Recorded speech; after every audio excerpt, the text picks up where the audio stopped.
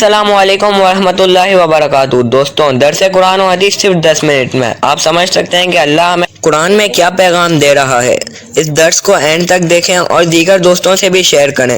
جزاک اللہ۔ الحمدللہ رب العالمین والصلاة والسلام علی سید الانبیاء والمرسلین، اما بعد فاعوذ باللہ من الشیطان الرجیم، بسم اللہ الرحمن الرحیم۔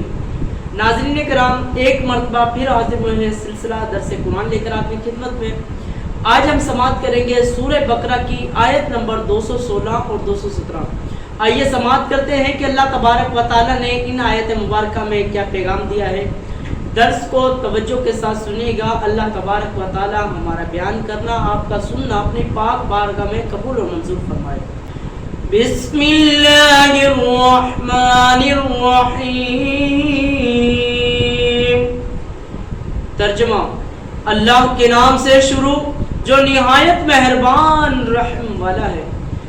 کتب علیکم القتال وهو کرہ لکم وعسى ان تکرہوا شیئا وهو خیر لکم وعسى ان تحبوا شیئا وهو شر لکم واللہ یعلم وانتم لا تعلمون۔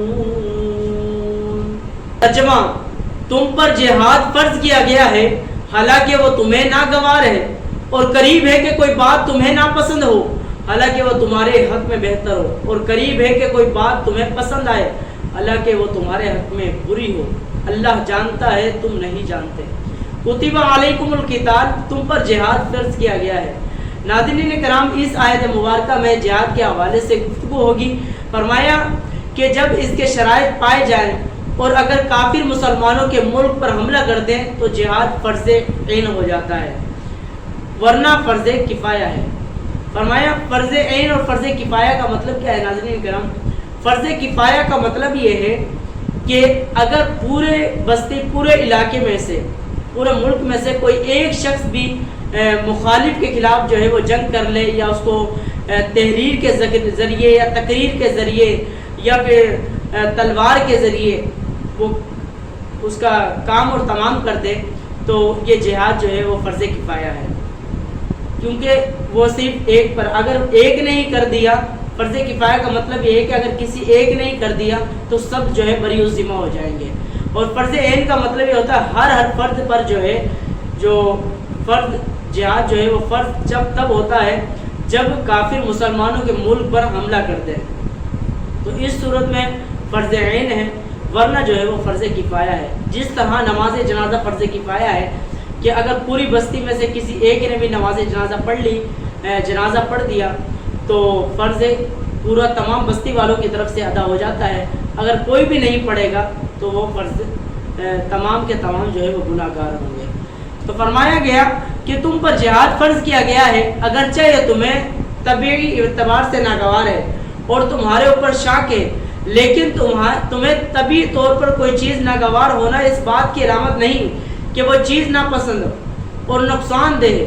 جیسے کڑوی دوائی، انجیکشن اور آپریشن طبعی طور پر ناپسند ہوتے ہیں، لیکن نقصان وہ نہیں بلکہ نہایت فائدہ مند ہے۔ یوں ہی کسی چیز کا تمہیں پسند ہونا اس بات کی دلیل نہیں کہ وہ اچھی اور مفید ہے۔ بچے کو پڑھائی کی جگہ ہر وقت کھیلتے رہنا پسند ہوتا ہے۔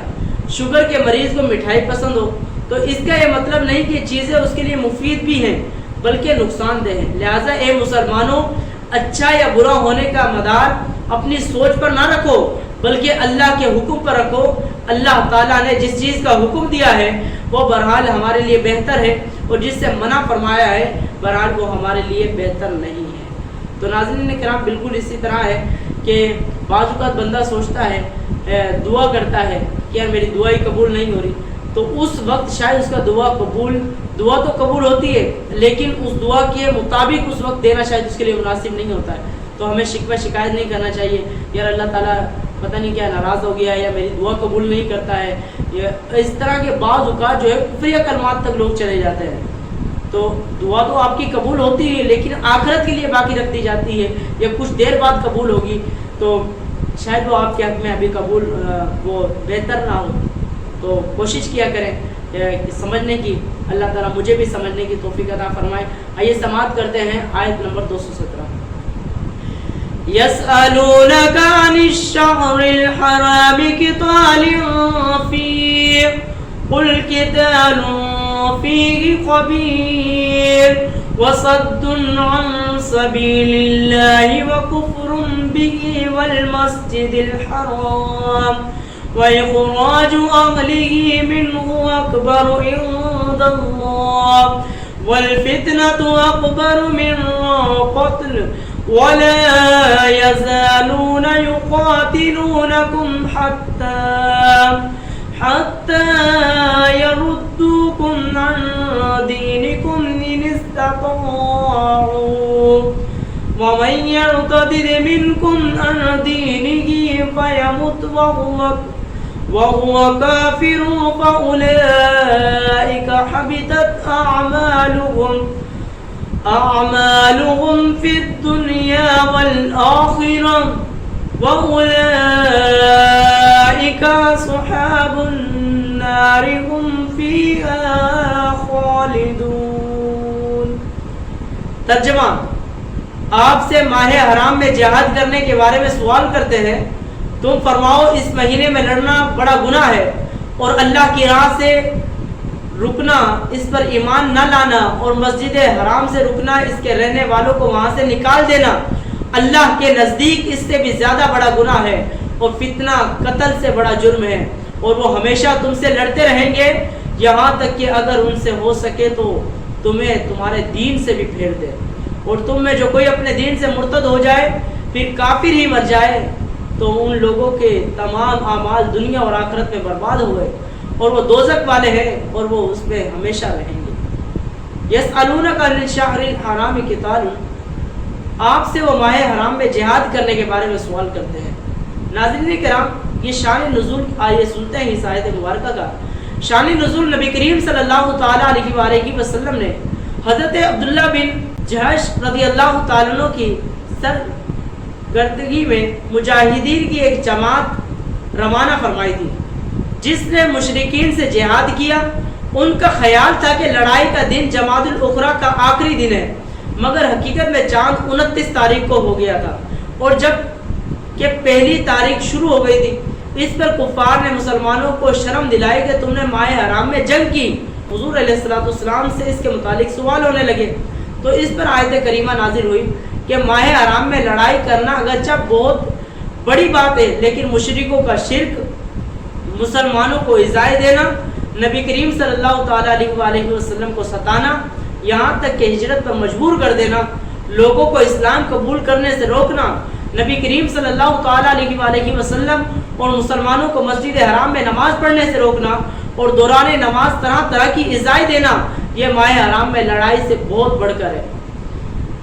یعنی کفار کے نزدیک یہ تھا کہ ماہ حرام میں مسلمان جو ہے لڑائی کر رہے ہیں، یہ بہت بڑا گناہ کا کام کر رہے ہیں، لیکن حضور علیہ السلام نے فرمایا کہ ہمارا لڑائی کرنا یا ہمارا جنگ کرنا اس ماہ حرام میں، تو کہا اتنا بڑا وہ نہیں ہے جتنا بڑا تم گناہ کر رہے ہو، جو تم محمد عربی صلی اللہ علیہ وسلم کو ستا رہے ہو، اس کے اصحاب کو ستا رہے ہو، مسلمانوں کا نماز پڑھتے ہوئے روک رہے ہو، نماز پڑھتے ہیں تو اس میں تم تکلیفیں دیتے ہو۔ فرمایا کہ یہ لڑائی سے بڑھ کر ہے، لہٰذا پہلے اپنے گریبان میں جھانک کر اپنے کرتوت دیکھ لو، پھر مسلمانوں پر اعتراض کرنا۔ تمہارے یہ افعال مسلمانوں کے فعل سے زیادہ شدید ہے، مسلمانوں کا ماہ حرام میں لڑنا اتنا نہیں ہے جتنا تمہارا جو ہے ان پر وہ حرکت اس طرح کی کرنا یہ جو زیادہ کبھی ہے۔ فرمایا کیونکہ کفر اور ظلم تو کسی حالت میں جائز نہیں ہوتے، جبکہ لڑائی تو بعض صورتوں میں جائز ہو ہی جاتی ہے۔ یاد رہے کہ حرمت والے مہینوں میں جنگ کی ممانعت کا حکم سورہ توبہ آیت نمبر 5 سے منسوخ ہے۔ یہ آیت، یہ حکم جو ہے اب منسوخ ہو چکا ہے۔ جو پہلے حکم تھا کہ ماہ حرام میں یعنی عظمت والے مہینوں میں جیسے رمضان المبارک ہے، ذی-القعدہ کا ہے، ذی الحجہ، ان مہینوں میں جو ہے لڑائی منع تھی، جنگ منع تھی، تو یہ آیت، یہ حکم اب منسوخ ہو چکا ہے۔ اس زمانے میں ناظرین کرام یہ حکم جو ہے وہ منسوخ ہو چکا ہے، یہ صرف پہلے کے ہی لیے تھا۔ آیت میں یسألونک عن الشہر الحرام سے حاصل ہونے والے نکات کیا ہے؟ اس آیت سے معلوم ہوا کہ خود بڑے بڑے عیبوں میں مبتلا ہونا اور دوسروں پر طعن کرنا کافروں کا طریقہ ہے۔ بیماری ہمارے